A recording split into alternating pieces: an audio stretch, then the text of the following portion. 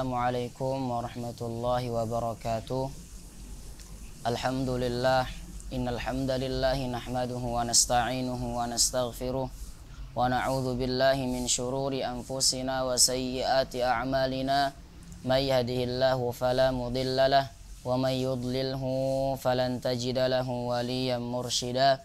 Asyhadu an la ilaha illallah wahdahu la syarikalah wa asyhadu anna Muhammadan abduhu wa rasuluh. Allahumma salli wa sallim wa barik ala sayyidina Muhammadin wa ala alihi wa ashabihi, amma ba'd. Teman-teman sahabat bimbel Quran Rubaiyat yang dimuliakan oleh Allah Subhanahu wa taala, marilah senantiasa kita memanjatkan rasa syukur kita kepada Allah Subhanahu wa taala yang masih memberikan kita nikmat, masih memberikan kita kesempatan untuk bisa hidup di muka bumi ini, untuk mendekatkan diri kita kepada Allah Subhanahu wa taala.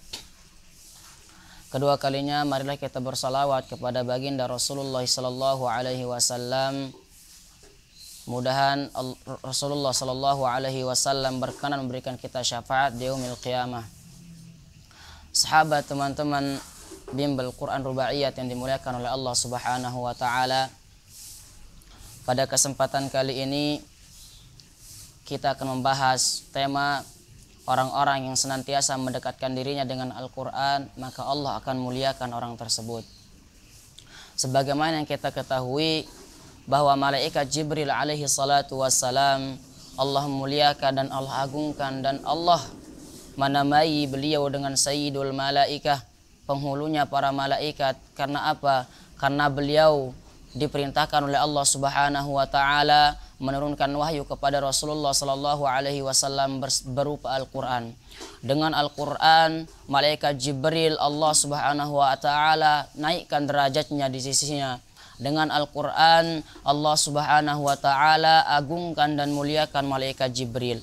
Begitupun Rasulullah sallallahu alaihi wasallam, dengan mukjizat Al-Quran, Rasulullah sallallahu alaihi wasallam menjadi Sayyidul Malaikati wal Anbiya, Sayyidul Anbiya wal Mursalin. Rasulullah sallallahu alaihi wasallam menjadi penghulunya para nabi dan para utusan karena sebab Al-Quran yang Allah berikan kepada beliau. Maka orang-orang yang senantiasa mendekatkan dirinya dengan Al-Quran, Allah Subhanahu wa taala akan muliakan orang tersebut. Lebih-lebihnya kita umat baginda Rasulullah sallallahu alaihi wasallam.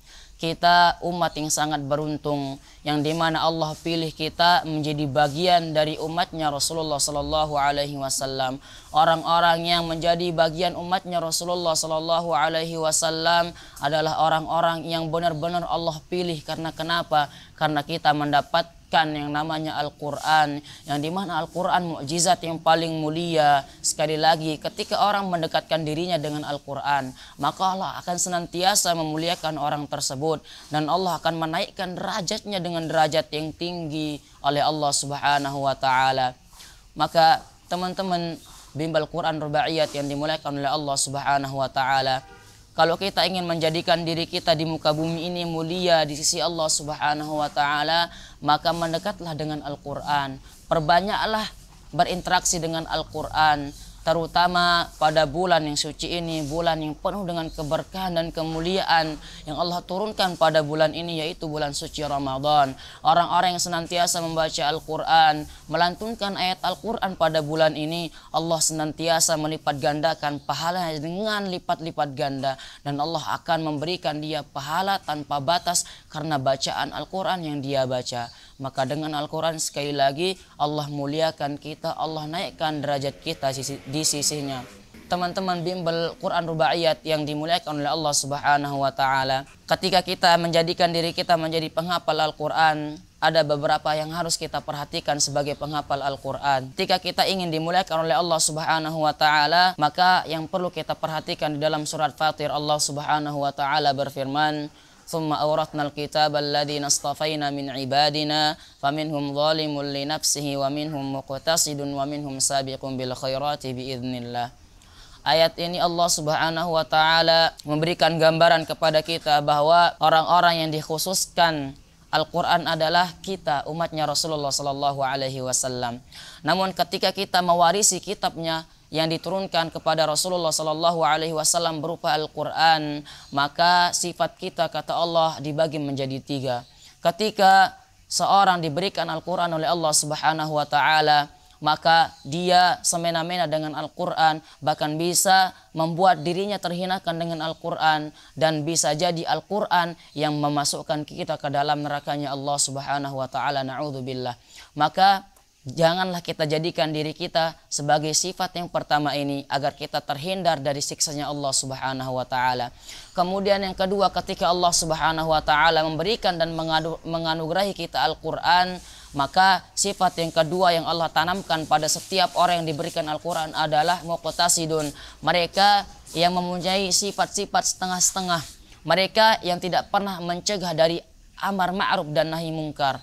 Mereka selalu membiarkan orang melakukan kemaksiatan tanpa dicegah. Mereka menghafal Quran. Kita menghafal Quran, namun kemaksiatan yang kita lihat tidak membuat hati kita tergerak untuk mencegahnya. Dan inilah sifat yang kedua yang Allah berikan mereka Al-Quran, namun mereka tidak memperhatikan apa-apa yang bisa menyebabkan Allah murka kepada kita.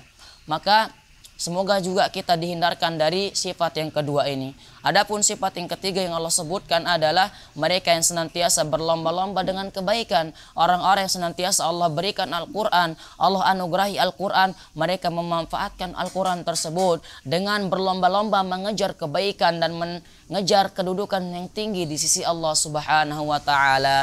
Namun ada syaratnya, yaitu adalah dengan izin Allah. Semua yang kita gapai itu atas izin Allah. Maka teman-teman bimbel Quran Rubaiyat yang dimuliakan oleh Allah Subhanahu wa taala, dengan Al-Quran kita mulia, tapi harus kita perhatikan apa-apa saja yang kita boleh lakukan ketika sudah kita mendekatkan diri kita dengan Al-Quran, dan apa-apa yang harus kita jauhi ketika kita sudah mendekat dengan Al-Quran.